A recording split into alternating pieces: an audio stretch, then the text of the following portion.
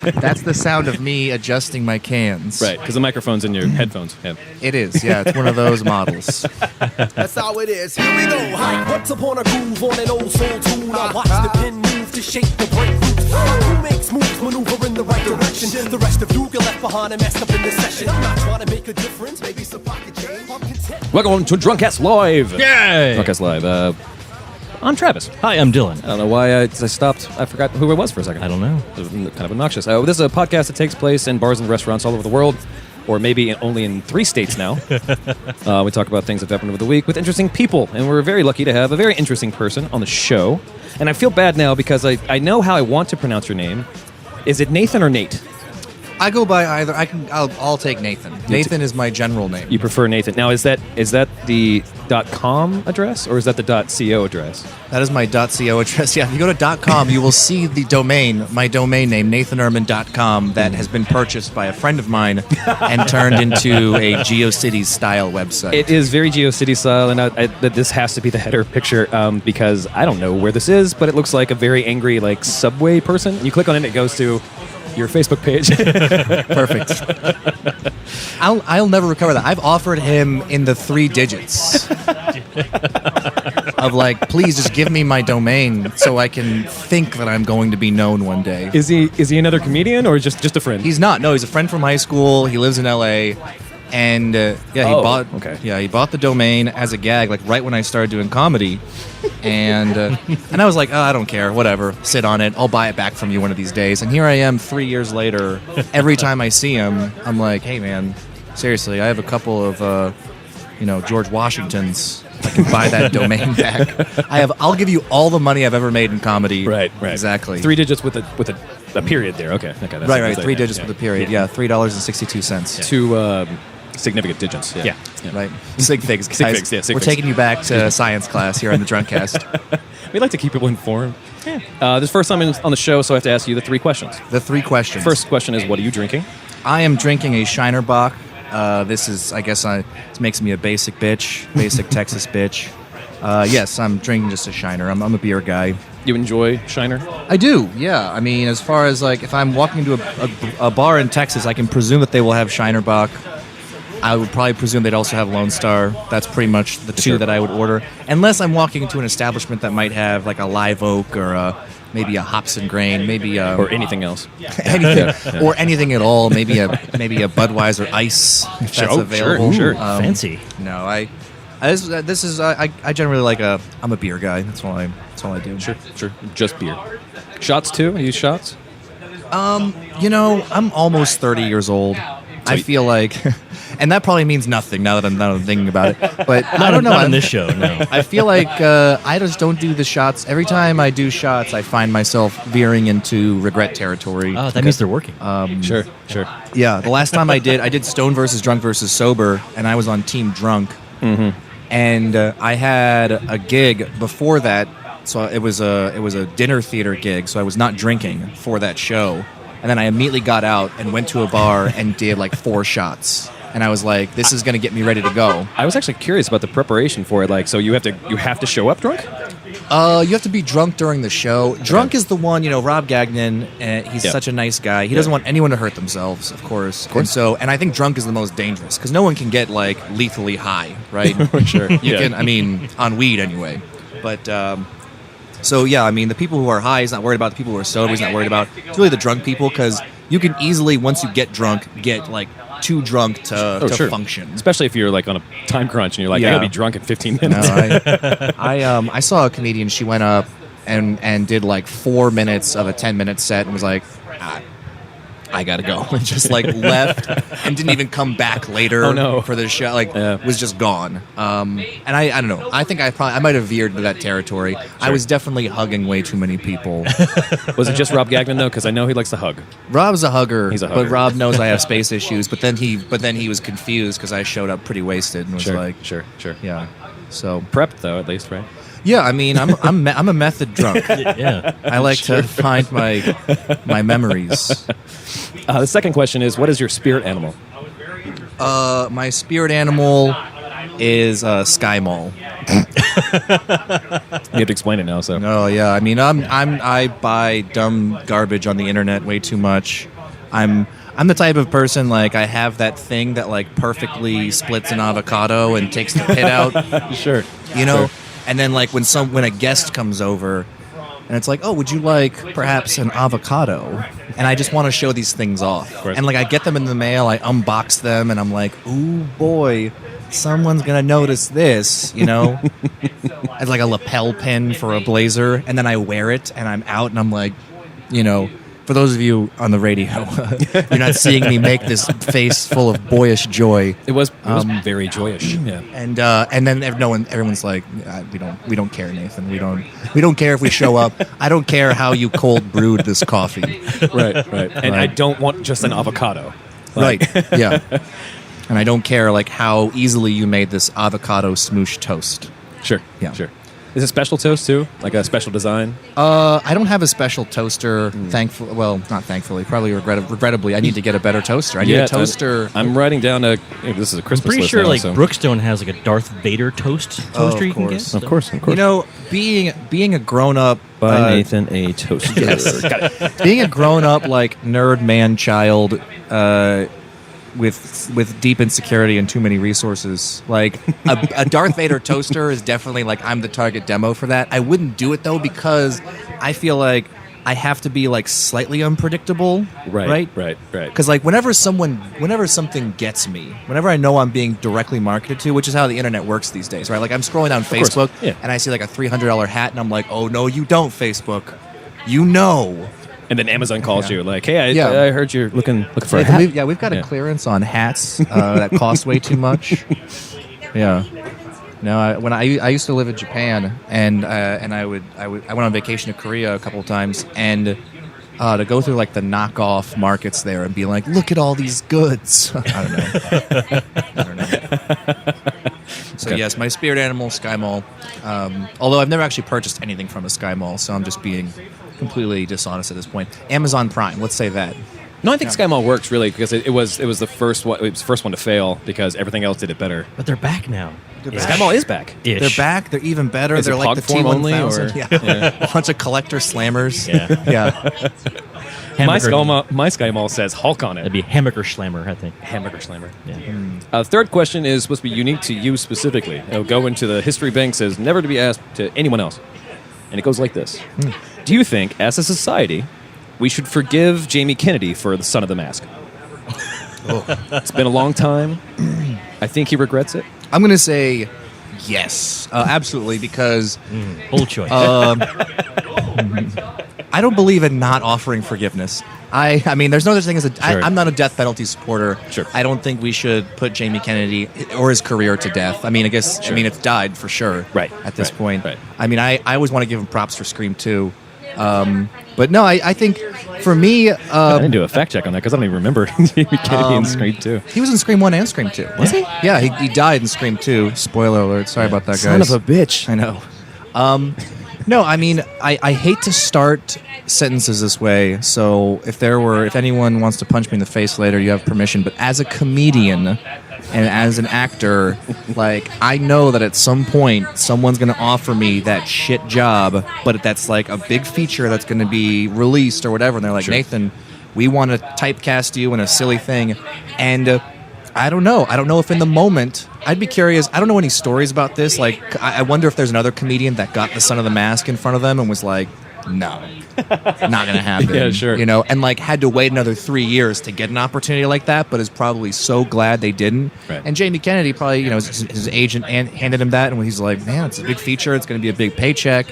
This, you know, even if it's garbage, it could be the thing that just gets me on people's radar. And you do it, and then it's like, oh no. And that's that point. I mean, Sky Mall. I've definitely excited. Like, why was I so tempted by that $1,000 hat that I needed to take this job? Damn it! Amazon says I need $1,000. Yeah. Son of the Mask 16. $1,000. You know, I mean, that's the game they want you to play, right? Like, Sure. they want you to move out to LA. They want you to live that life so that you have rent is due. And then someone comes and is like, "You want to be in Transformers 7?" And they're like, "Absolutely, I need the money." Might as well. Then there's the opposite though, because I guess time will tell eventually if this thing comes up. the Wild Wild West as the example. Will Smith saying out loud specifically that as the biggest mistake of his career, because I think around the same time he was given a lot more opportunities. Like he turned Matrix down. He was right. He was going to be Neo, and he's like, nah, I need to do something that's easier, not hard sci-fi or whatever. Yeah. I don't know if that was the same time, but obviously I don't even remember 1997 when the Scream movies came out. So I wonder too if just like there's a way to play the whole thing, because maybe Jamie Kennedy was like patting himself on the back and doing a victory dance when he should have been doing the Will Smith thing and been like, sure, like. Although it's never good for an actor to trash their own stuff, because then no one wants to work with you, whatever. But at the end of the day, if Jamie Kennedy needed to do like another prank show, I'd be behind it. You know, I don't know. And maybe he's grown as a performer. But if he's still doing like, Miami's Most Wanted type garbage, then by all means, his career can stay in the coffin. Sure. Malibu's Most Wanted. Malibu's Most Wanted. Excuse me. I'm sorry. Miami. I was going to the other side of the country. Jeez. I'm sure Miami's Most Wanted was probably the sequel that is in a garbage bin somewhere. I was curious how you read my screenplay, actually. I think it's really good. That's your Jamie Kennedy fan. Miami's Most Wanted. Well, it's actually Jim Carrey playing Jimmy Kennedy's player. Yeah, voiced by the Taco Bell dog. Yeah. Throwback for anyone following us on Twitter. Hour and a half. Throwbacks. Keep up, there guys. We go. Keep up. You can't call it back after 90 minutes. You're not a comedian, guys. That's right. And that's my time. Thanks, guys. Yeah. Thank you so much, everybody. Tip your waitresses. You answered all those questions correctly, by the way. I mean, it sounds to me like you guys don't think we should forgive Jamie Kennedy. I appreciate your answer very, very much. Okay. That being said, I'm not an actor, so fuck that guy. Right. No, Sure. Sure. And I'm sure they're like, everything involves you making compromises, and then at some point I have to know that there are people who hate my guts. Yeah. I got Chris Lloyd's email. Mm-hmm. He's the only person ever who has filled out the contact me form on my website, and like I got this. I looked at my phone, and it was like someone filled. I was like, what? I don't know. I was through the roof, and then I saw like, have you be on a podcast? I'm like, that's great. Somebody saw me and was like, I like you. We'll bring you on the show. But I know that plenty of people have seen me and been like, man, forget that guy. I mean, it's happened to everyone. That's happened to everybody, yeah. I mean, if you're Hannibal Buress, if you're Louis C.K., someone's seen you and been like, I didn't much care for him. For Louis C.K., it happened twice, right? Yeah, I mean, like, he was big and then dropped and then came back up, and I'm sure someone was like, nah. There's that great clip from I think it was Washington D.C. He's doing a set and like some dude attempts to heckle him. He's like, maybe you should go back to your barber. And he's like, sir, I don't know. Like, you're saying, I don't know. There was one time. It's like, what? I saw Kath Barbadoro, and it was at Nasty's when they do their bomb shelter open mic. And bomb shelter? That's what they call it, the bomb shelter. And it was just before the contest, just before Funniest Person in Austin. And so they had said, we're going to give every comedian 6 minutes so they can do their contest set. And Kath Barbadoro goes up and is doing something, and then there's an idiot at the bar just like saying, again, if you're going to be like biting with your heckles, I understand that. Sure. If you want to tell me I'm like stupid or ugly or whatever, I'm fine with that. But if you're going to like try to be pithy, man, you got to bring it. Yeah. Oh, like, blow me away, or I'm going to be seriously disappointed. And he said something idiotic like about eating fish or something, which I presume is like calling Kath a lesbian. I don't know, but Kath just goes, "Sir, that is a baffling heckle. I don't know. I don't know what to say." And this guy is like not intelligent at all. He's just like shrugged his shoulders. But it's the funniest thing. He just shrugged. A baffling. I'm baffled by that. I just thought that was very funny. I guess so. Like, well, okay. I guess she didn't get what I was going for. Right. And he left. And he's like, I was killing it. Best set of the night. Best set. Yeah. We need to take our first break, and we'll come back a little bit more podcast. Actually, I think the three of them together would be at a different table.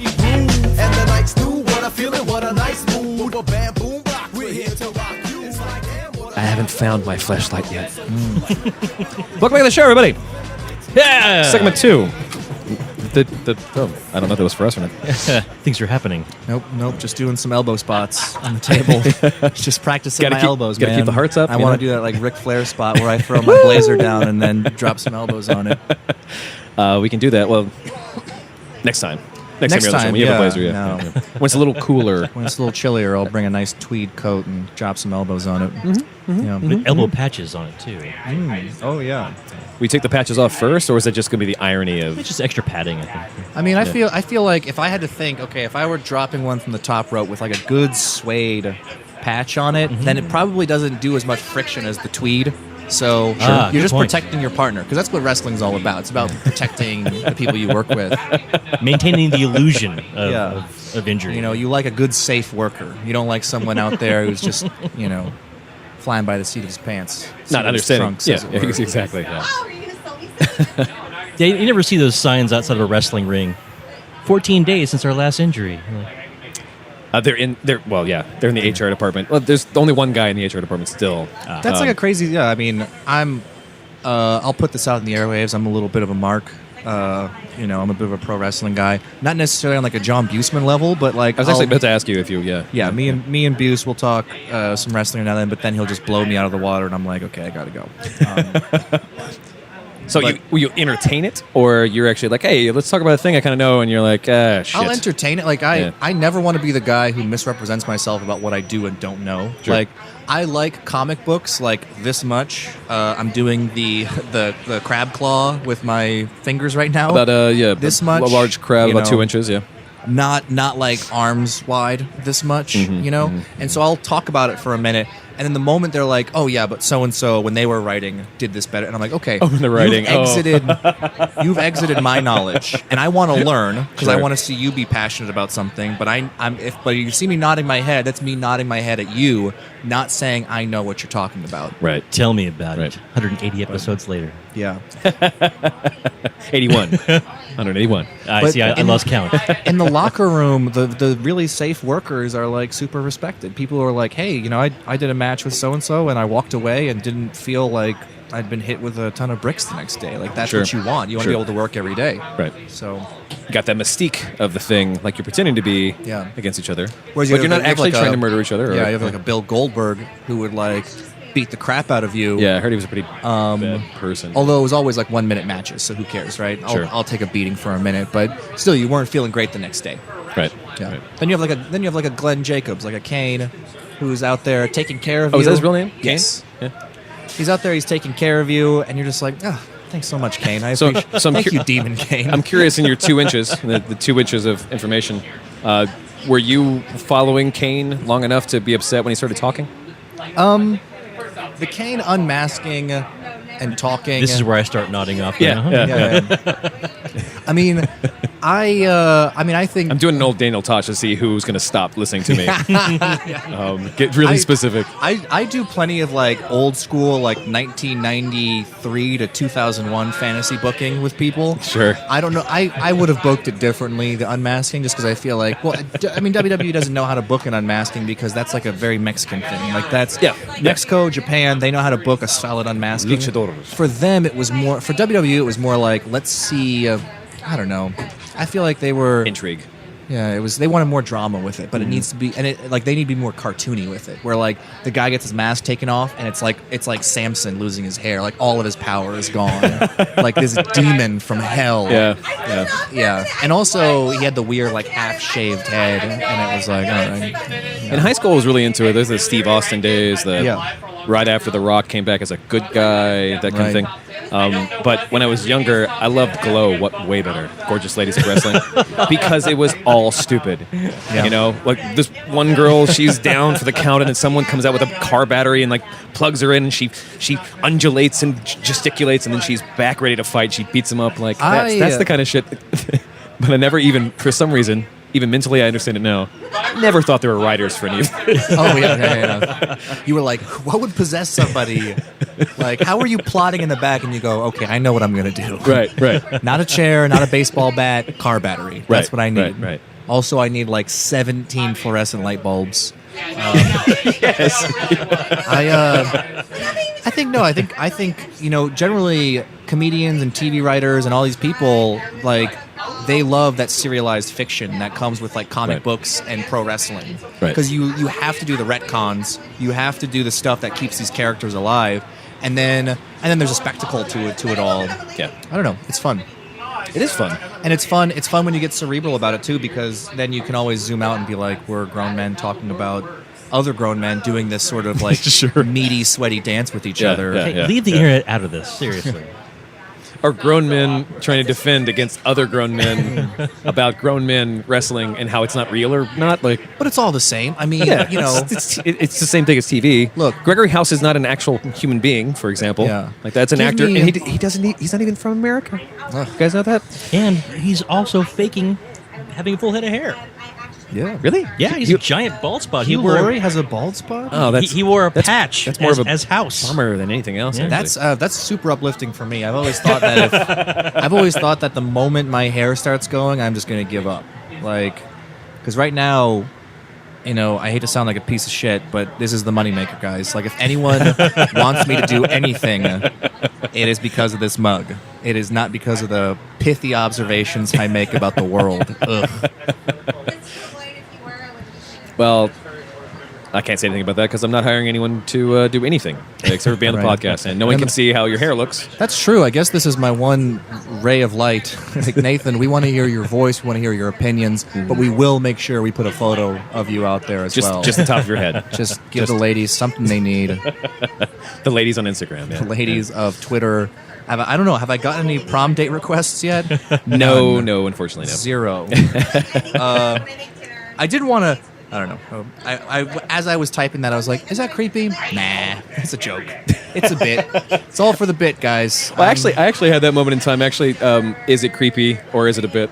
Yeah. Where before I saw your Twitter feed, yeah, there was something. I was thinking of a 30 Rock. Oh no, it was an Office joke. Where when I was going to introduce you, like, hey, later on this week we're going to have Nathan on the show, a comedian and J. Crew model, Nathan. And then I went through your Twitter and I was like, oh shit, that was a gag you do on Father's Day, right? Yes. Happy Father's Day to the wizard who accidentally spilled blood on a J. Crew catalog, causing me to spew forth as a fully grown man. Which is a great joke. But I did. There was a tweet I did once that I was like, "Hey guys, I've been named the Dockers Khakis new face in comedy for 2015," and I was getting sincere congratulations from people. Like, "Hey, glad to know Dockers is out there repping the comedy community," because it was so believable. Yeah, people were like, "If that was going to happen to Nathan, like it's going to happen." Yeah. That's what would happen to Nathan. They'd be like, "Oh yeah," Dockers Khakis would call him out and be like, "This is a guy who looks like he does comedy and has heartburn." Dockers, khakis, OTC. This is a guy who does comedy and puts in his paperwork to HR. So, you already talked about Hops and Grain. That's the show called Gutbusters. Are you hosting Gutbusters? I host it, I book it, I run the show. Cool. Yes. You seem like a very busy dude, and I know you have a full-time job also still. I do. I still work a regular job. I mean, I still, we taught 3 digits with a period is my comedy income. Sure. Dozens of dollars. Yeah, I mean, right now, the things that keep me busy are not necessarily because we're gonna get into just the nitty-gritty real life details. I have an acting class I'm taking on Tuesdays, which is from 7 to 11. You're teaching, right? I'm teaching on Wednesdays. I teach improv. Yeah. And then I'm taking an acting class, and I'm realizing that I'm just not getting out and doing a lot of comedy. Like, I wish I were busier with just comedy stuff. Yeah. And that's always the balance you're playing with your life. So it's like, hey, get out there, do more shows, do more mics, work more material. Because the moment I was out of the contest, I was like, thank God I get to not do this 6 minutes anymore. Because I had been working that for a long time. Yeah. But now it's like I still don't have any new material because I'm just not getting out there enough. But I do try to stay busy. I think part of that I put things in my calendar. Like I'm a guy who emails you back. Sure. So I probably seem busy. People are like a comedian who irons his shirts, comedian who returns your emails. Precious commodity. Yeah. Comedian who gives you a calendar invite for the thing. When I schedule meetings with my friends now, I just send them a Google Calendar invite because I'm like, look, that's how I live my life now, guys. I don't just remember that we were going to have lunch. This is my life now. This is my life now. I don't know. And then you start doing comedy, you lose all of your other relationships, and now I'm trying to get those back just so I can be normal again. So you can have stories to write more right, material. Exactly. You have to live an interesting life. All you do is insulate yourself with other comedians. This man. I don't know if I missed an opportunity to talk. I don't know if he was interested in what we're doing or wanted to be on the microphone. I think just another night at Dawn's. I bored him. He wanted more golf stories. Like, and he got none this of guy them. has a full-time job. I think he recognized you from the catalog way by the way he was dressed. He He wanted did. an Yeah. You want an autograph? Yeah. Yeah. Will you sign my khakis? Will you sign my pleat? That would be like that's the khakis version of signing the boob. Is like, will you sign my pleat as close to my groin as possible? Khaki bar. I don't know. I try to stay busy. I wouldn't. I mean, I'd like to be busier. I'd like to. Sure. I wish I had more stuff going on. But it is what it is. I like the shows that I do, and I like.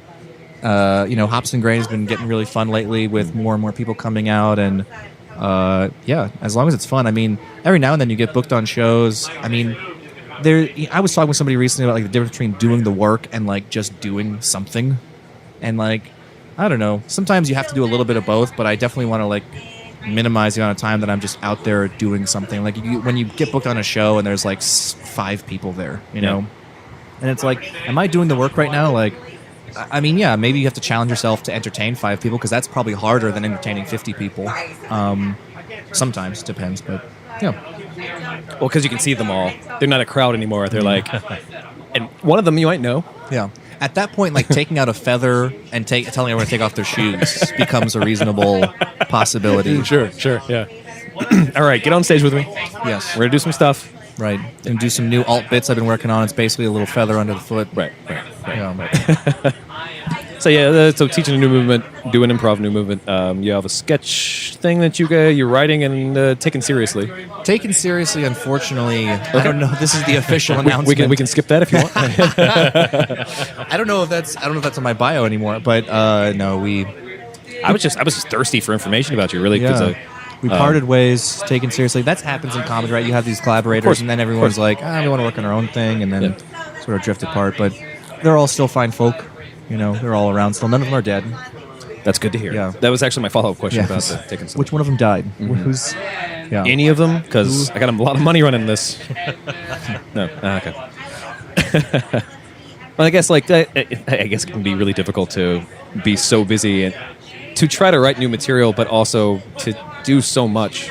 I don't know. I feel like the everything else can be really beneficial because you can take less time getting in your head. Yes. And I agree. And look up and say, well, you're a coder, right? I do work at a software company. Yes, I write code occasionally. Okay. You write code. Okay.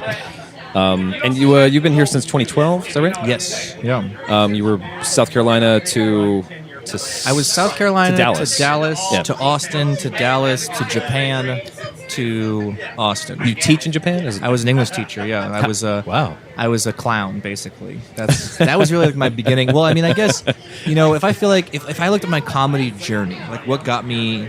I mean, first of all, it was like being a high school teacher and like having to be in front of the toughest crowd of all every day. Right. And like, if you're gonna wilt in front of anybody, it's gonna be in front of like 13-year-olds who just want to beat you up. Sure.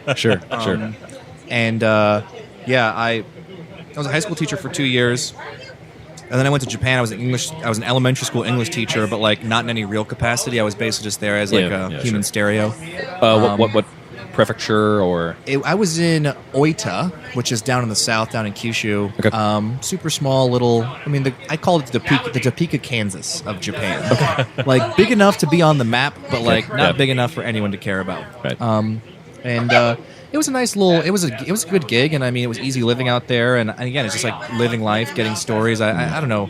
I'm not good at traveling, and whenever I see people traveling arbitrarily, like they're just like, hey, I want to go to Norway for 2 weeks, but then they like stay in hotels and like don't talk to anybody and just go to restaurants and take photos of things. Sure.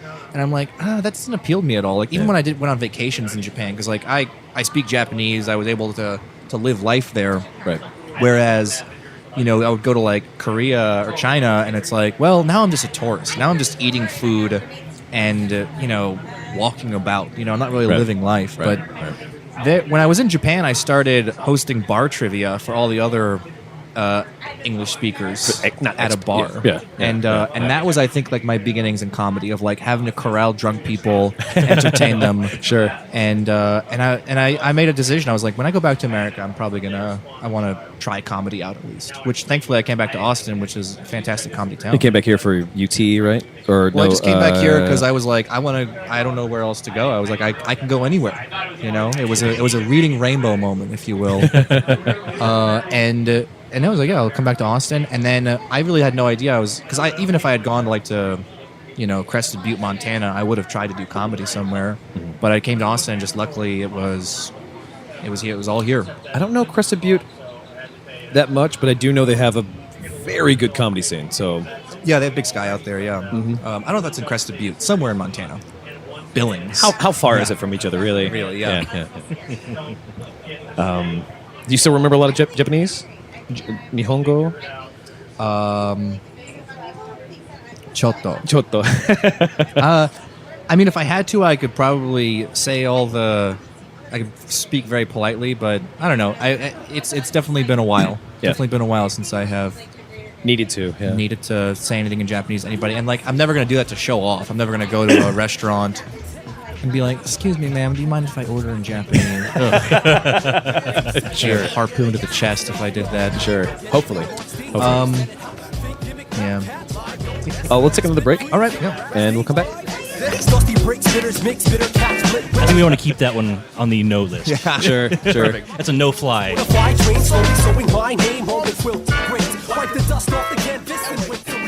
We should go to a segment. Welcome to the show. Yeah. Segment 3, the Fighting 3.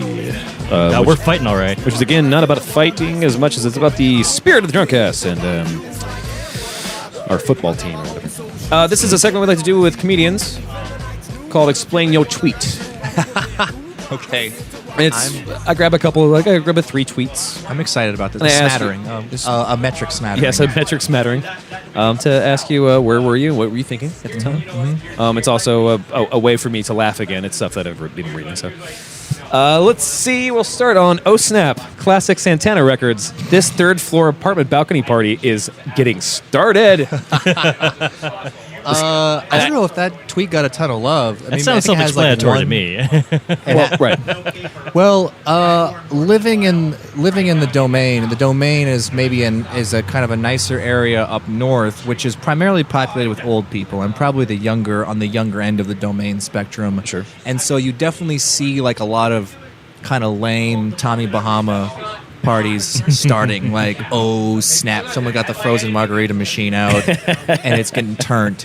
And for some reason I'm sitting in my apartment and I hear like Black Magic Woman. Mm-hmm. And I'm like, okay, well that probably could come on the radio, right?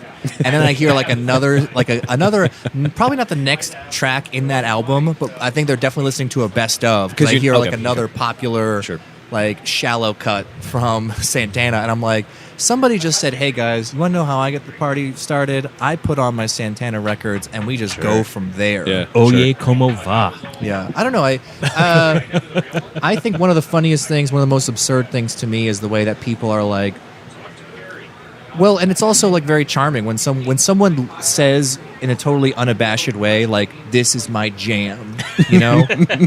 Like, no shame whatsoever. Like, if you're in the bar and like, not necessarily like, because whenever Montel Jordan's "This Is How We Do It" comes on, everyone is like, "This is my jam." Sure, right? That's we've all been at that moment. It's their jam. We've all been at the Eastern on a Friday night and seen 100 people engage in their jam. But then like it's great when it's like a deep cut, when it's like maybe a lesser known track. Like when Informer by Snow comes on. Sure. And it's like, yo, this is my jam right now. Right. And people just get crazy. And I don't know. That was funny. Right. And also just like the lameness of anybody thinking that like their apartment is the spot, right? They're like, he's like, I got the hibachi out. I'm making boneless, skinless chicken breasts. It's getting crazy. It's going to get so crazy. Yeah, the fondue pot is sick. And no calories in these margaritas. Let's keep drinking. Woo! It's Skinny Girl. It's okay. Skinny Girl, yeah.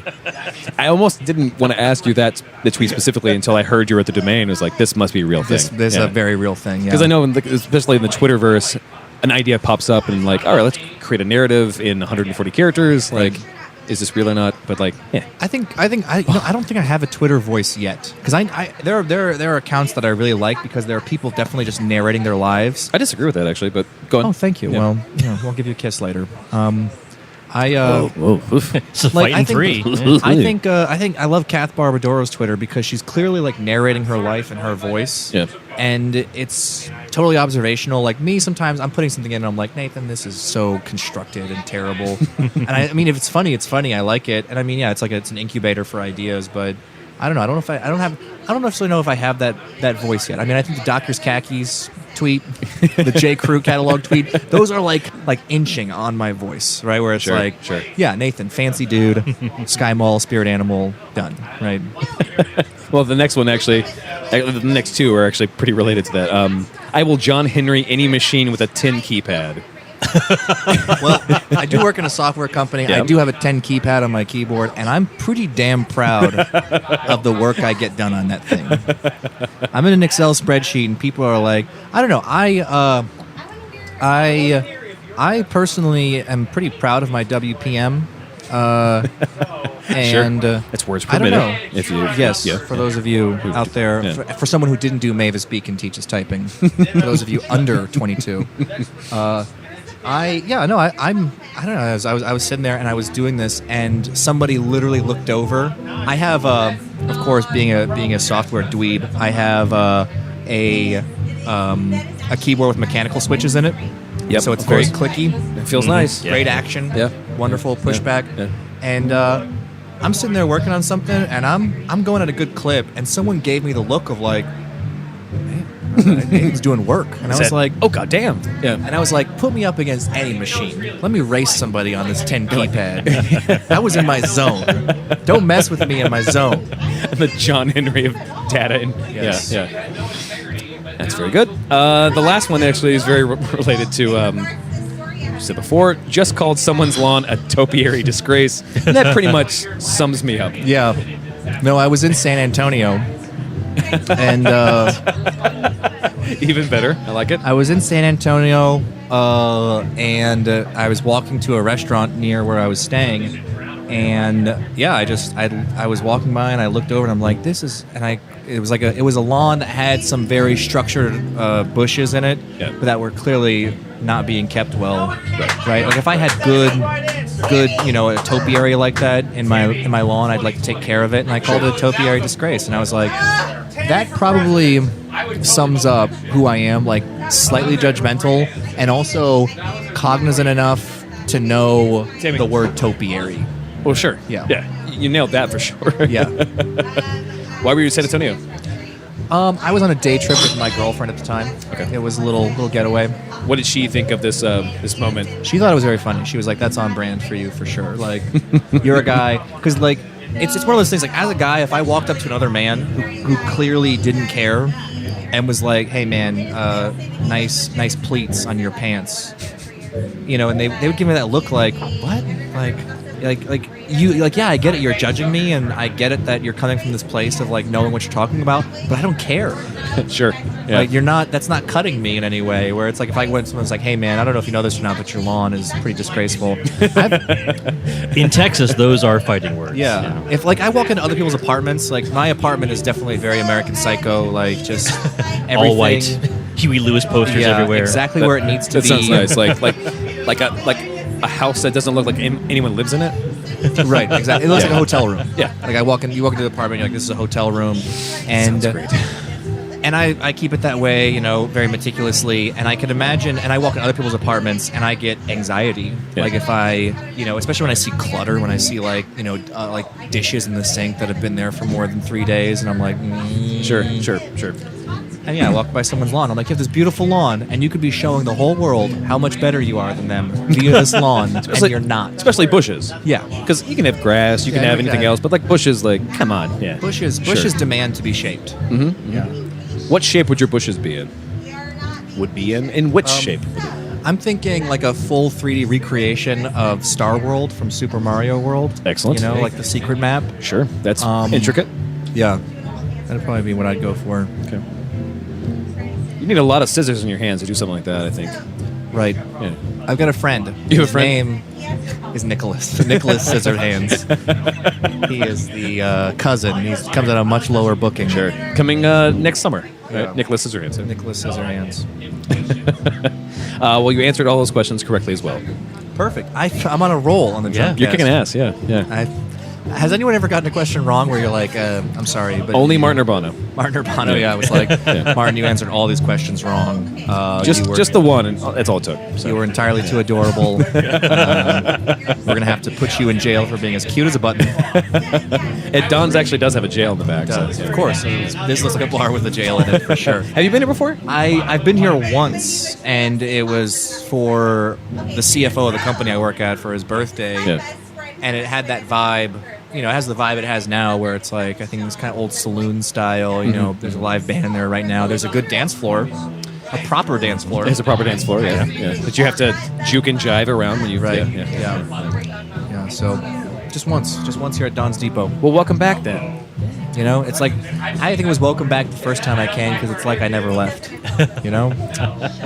Yeah, it feels nice. It feels nice to know that, actually, but... Wait, how long ago was that? Because their policies have changed. 2 weeks. Yeah. Oh, good. Yeah, it wasn't even that. Okay. Because I remember when I was coming here, I was booked on the Drunkcast already, and I was like, I get to come to this place for once. Yeah.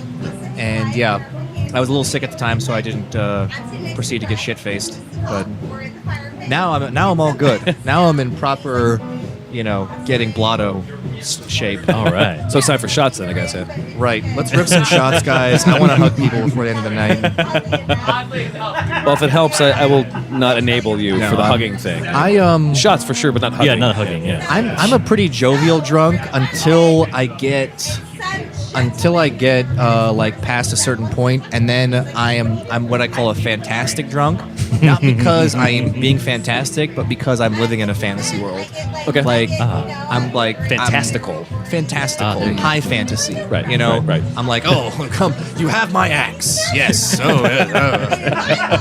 Where are the orcs? Right. I will take this shot. Where are the legions? To Mordor. Yes. Where are the legions of the undead vampire king? They're in jail, actually. Right, of course.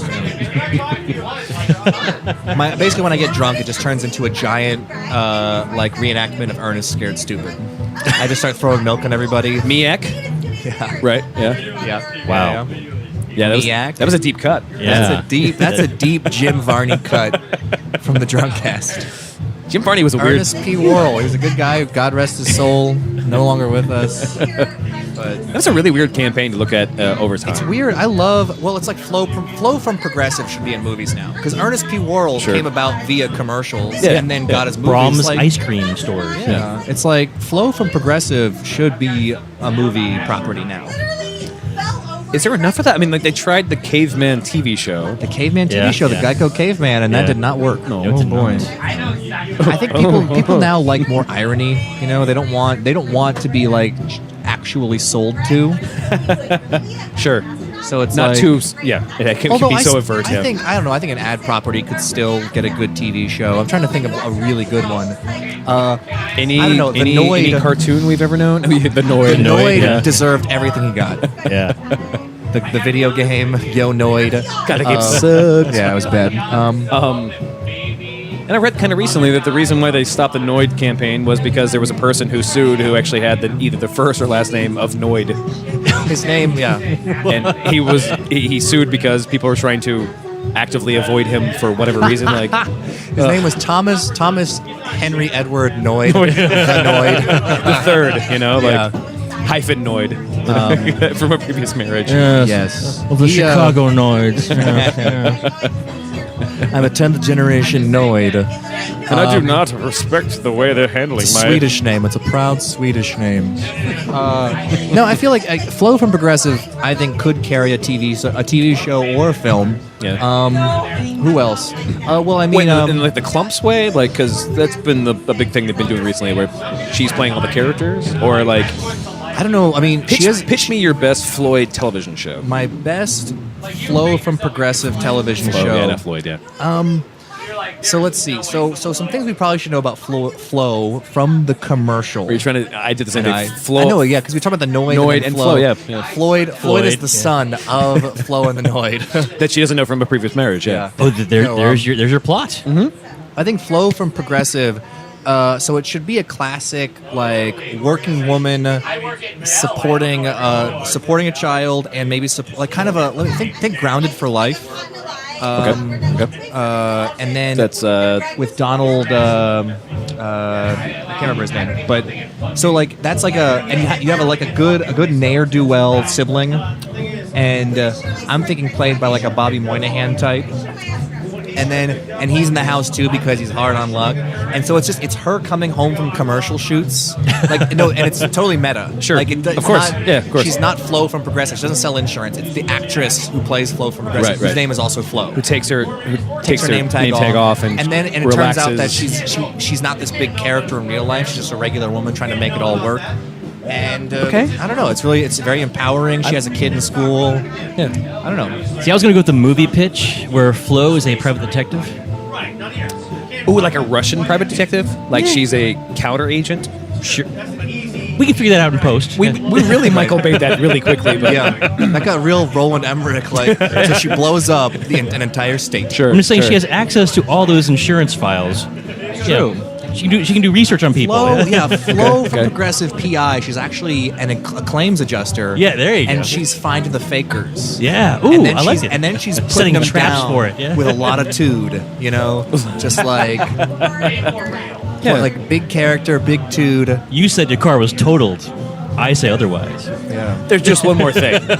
You said the car. You got flowed. Yeah, exactly. See, catchphrase. We got it. This shit writes so easily. It's better than Zoolander too. And she has like some David Caruso sunglasses, and she's like, "You got flowed." Yeah. She's like, "You said this car was totaled. The only thing that's totaled is your cereal." It's like, and then the Noid comes out of nowhere and just farts or whatever. Just I don't remember what. Just like murders. In the game, he had like skateboards and yo-yos or whatever. Like he did, yeah. He had every weapon possible, every mode of transportation. There was no reason at all that he should not be able to beat the Green Noid. As a kid, it just felt like they just not understand that property. No. Respect the Noid is what I kept saying. The Japanese would, because the Noid is very much like a modern day. Onimusha. It's a modern day. What's the little raccoon dog? It's yeah, I know what you're talking about. You know what I'm talking about. I do. It's usually have in statues it has giant testicles. Yeah. It's the something with a T. Tanuki. The Tanuki, yes. Yeah. The Noid is It was basically before the it came up. day It was before this first came up. I'm sorry. Tanuki. Yeah. So I could see them grasping onto that and being like, oh, well, he has magical powers, right? And the Domino's people are like, no, not really. No, he's just annoying. And they're He's like, just okay, really- cool. But he can ride a skateboard, though. No, we weren't thinking that. No. But he could probably hurt things with the yo-yo. Nope, nothing can do that. Right. Yo-yo, never a weapon. Yeah. How does yo-yo involve pizza in any way? Where'd you get that? Seriously. Yeah. But they do that like All it takes is someone to not let their dreams stay dreams. the Japanese love taking these like those mischievous characters, like they took like Bart Simpson and like made him super weird. Really? I mean, just in terms of like mythology, because they love their mischievous characters. Sure. Like, they love their magical mischief. Right. Like it all has to be like my neighbor Totoro or whatever. We're like everything has to be fucking weird. I imagine and if a pitching- fox shows up, it's bad. When a fox shows up, get the fuck out of And town. if or James whatever. Franco shows up with his love doll, Right. love pillow. Oh sure. Love pillow. Yeah, I think whose name was Tanuki. I think. Kumiko. Kumiko. Okay. I imagine, pitching. I mean, it's this real weird cultural exchange.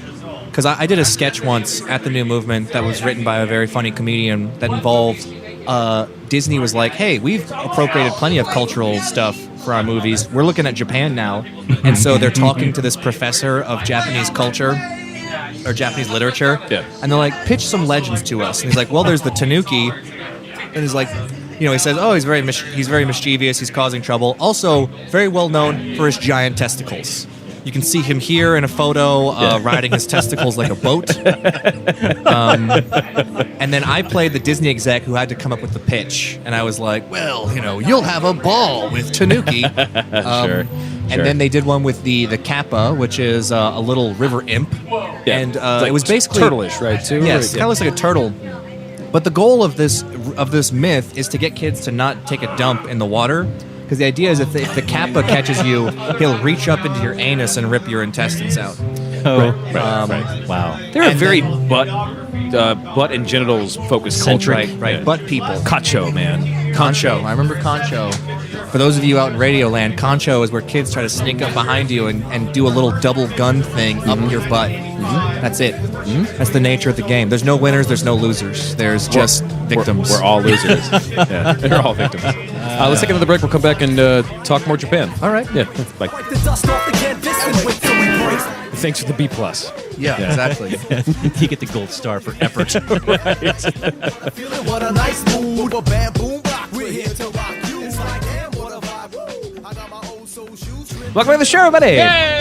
Segment 4, the toe segment. I'm not even say a Fantastic Four thing or a fourth fizz, but no, it's out. Just toe segment. Toe segment. Because we like pretty good movies. I'm not going to say great movies. Pretty good movies. Where are you going with this? I just didn't want to make anything about Fantastic Four related to anything that we actually do. Right. Yeah. Because we went through it's segment 4, Fantastic Four. Fantastic Four, yeah. And then I feel like Stick came out and was like... we only have 3 people here, and obviously Today. nobody wants to be Ben Grimm, right? Nobody wants to be the Thing. I'll take Sue Storm. I'll take Jessica Alba. We're on the same page. You want to 'cause- be Jessica Alba? No, I'll be I'll that. take- I'll take Jessica. Because it's sure. unfortunate. Fantastic Four suffers from standard early comic sexism, where Sue Storm is just a buzzkill. That's all she is. That's all she's there to be. Reed Richards, also kind of a buzzkill, Sure. But he's like the one who wins. but he's more of the Leonardo, where he's like, "Hey, it's Yeah. for the greater good." Yeah. Whereas Sue Storm is just whinging the entire time.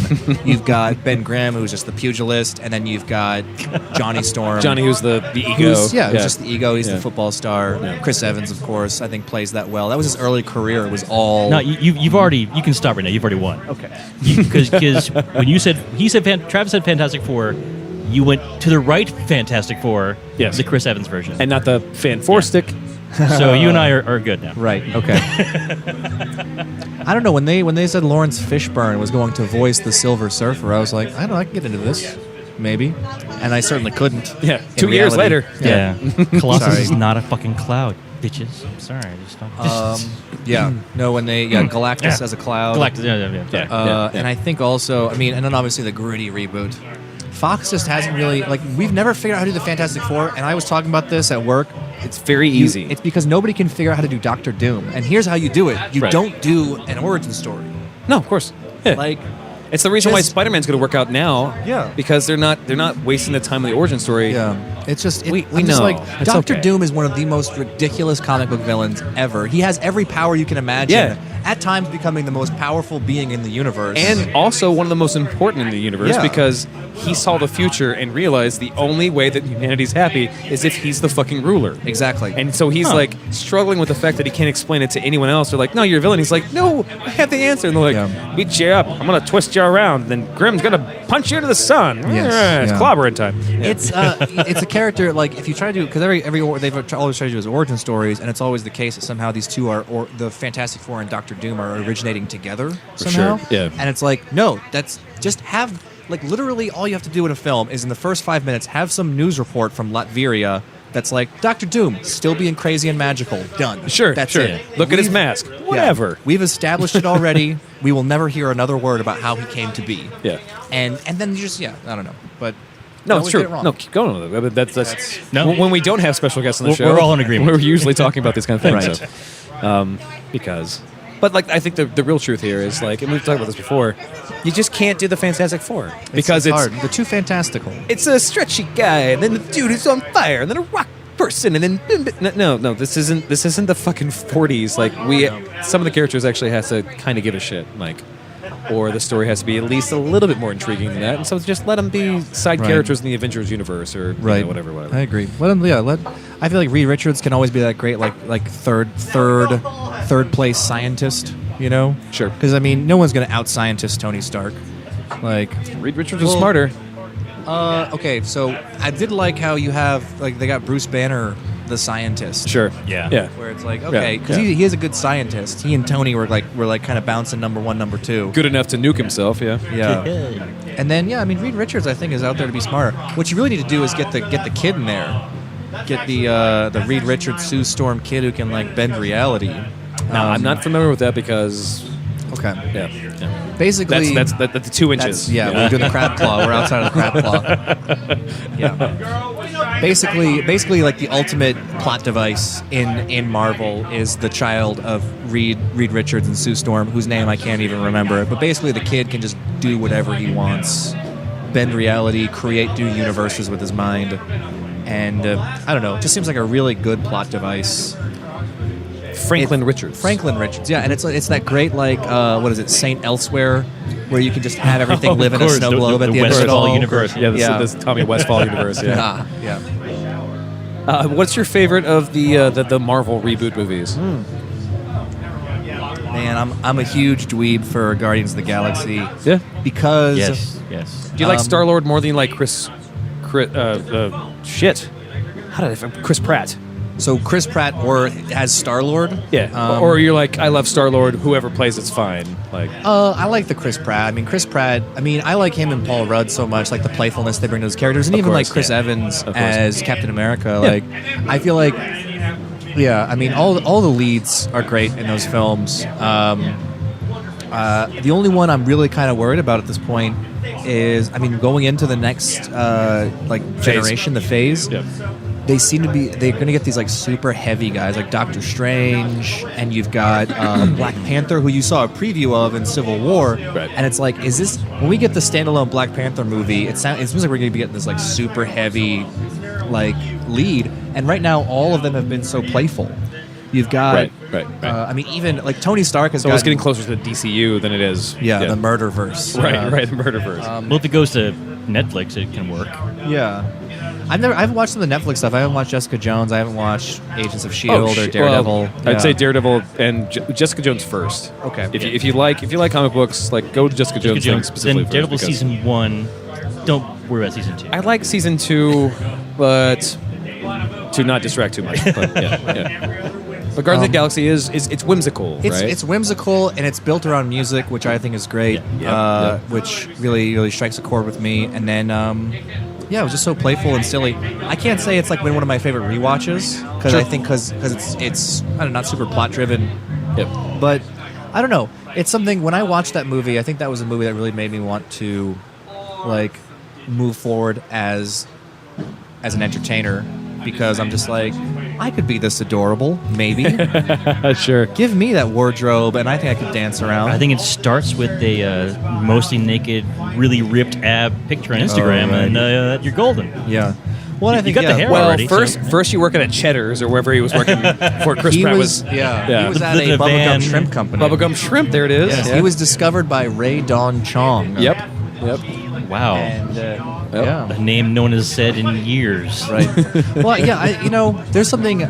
Even though I like being a comedian in whatever that means, I know that I probably don't do stand-up enough to be considered a stand-up comedian. Like, I'll do it, I'll continue doing it. I don't know if it's my niche. I don't know if I'm ever going to be like a comedian's comedian. Right. You're just a funny man right now. I'm just a funny. I'm a goof.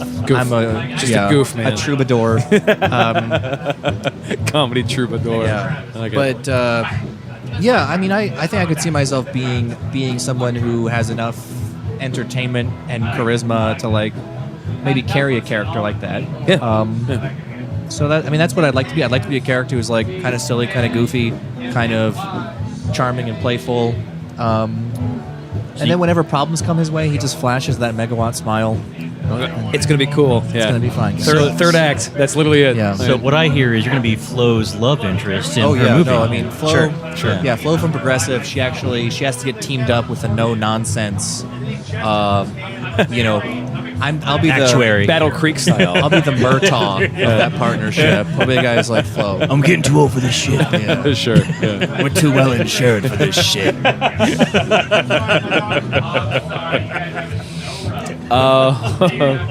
come to the end of the show. Yes. It's unfortunate, guys. It is time for you to give a toast. A toast. Yep. A toast to all of our prom dates. Good callback. Oh, yeah. Cheers to them wherever they may be. Cheers, them.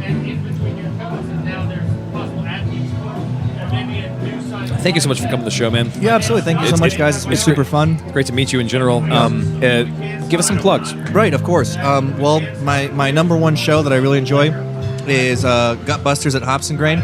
It is on Facebook. Just search Gutbusters and you'll find the page, and that'll keep you up to date on all the events. I mean, the next one's going to be July 14th, 2016, but you might be listening this way after that. Just find us, find Hops and Grain, or find Gutbusters. No, it'll be next Tuesday or next Wednesday. So. Next Thursday. Okay. Bastille Day. Yeah. Yes, Bastille Day for those of you out there. And then also, I mean, one of I rep the new movement very hard. I'm a teacher there. I'm a performer there. That's where I got my start. And so, if you're ever thinking about taking comedy classes, or you just want to check out a place that has tons of cool shows 7 nights a week, check out the new movement. If you tell anyone, if you come find me and tell me you heard me on Drunkcast, I will get you into whatever show you're trying to get in for free. Maybe that has like a 30-day expiration date on it. Sure. Yeah. But yeah, come check me out. Come just see comedy in Austin. You should do that. Yeah. That's my favorite part of your bio too. Is like, look, just go support people. Like, because there's so much of it. It's crazy to me that I have people come up to me still who are like, Nathan, where do I go to see comedy? I'm like, 7 nights a week, anywhere. Sure. I'm like, go to lastgascomedy.com and you will literally see that there are 8 shows every night. Do a search for coffee, and then take out all the Starbucks and just go to them. Right? And you will find, most likely, at least, comedians talk about the thing they're going to do, or an open mic night. Like, this shit's happening all over. Exactly. Here. Yeah. Where can we find you online? You can find me, of course, at twitter.com/justmadebynate. That is where you can find those wonderful musings we've heard earlier. Yep. You can find me at nathanehrmann.co, which is just a standing website that's there so that people think I take this seriously. It looks nice. And that's pretty much my main locations. Come check me out. Are you on Instagram too? I'm on Instagram. My Instagram is just there so that I can feel pretty, though. Like, sure. It's also Just Made by Nate on Instagram if you're into that. I had recently someone after a Hops and Grain show follow me on Instagram, and I was like, well, that's adorable. But now all you're going to do is like see me with like pictures of my jeans. You know, like I'm like, no pleats though. No pleats, of course. It's not. I'm not trying to be funny on Instagram at all. But I don't know. Okay. And that's it. That's everything. It. Just come see me. Tell me you saw me on Drunkcast. Personal cell phone number, or guys. If you do want to ask me on a date, just shoot me a DM on Twitter, and I will most likely say yes to that. I'm in a ton of credit card debt off Hisley, so that $3 did not make a dent. But that's everything I got going on. Come check me out sometime, and thanks for having me on the show, guys. I really appreciate it. Thank you for coming. Of course, I really appreciate it. Honestly. And Dylan, thanks for helping me run the show. I'm here. If you like the show, you want to know more about the show, please go to drunkcastlive.com. That's drunkcastlive.com. That is a website on the internet. You can also go to @DrunkcastLive on Twitter, @DrunkcastLive on the Facebooks. We're on the iTunes Store. Go to the iTunes Store and say some things, and it makes us feel better because with maybe people. We're in the Google Play Store, we're in the Stitcher Store, we're in a lot of places. 412-440-7468. 412-440-7468. Last four numbers spell out shot. If Nathan, at any point you feel like just calling a number, or if you get to a point where you're really drunk and you want to booty call someone. If I need a fare discount code or a Lyft discount code that's not going to work anymore, I know call who to 412. Call 412-440-7468. We're questions at drunkcastlive.com. We're bookings or booking. I think they actually go to the same place if you would like to be on the show. Yeah. And also, let's go to drunkcastlive.com/donations so I can pay for Nathan to have a toaster. Darth Vader toaster. Right? Darth Vader toaster specifically, of course. And perhaps anything else that helps us continue to do the show. Regardless, if you want to do anything at all, like, it'd be really cool because we can all be friends. And that's it. And we'll see you next week. Good.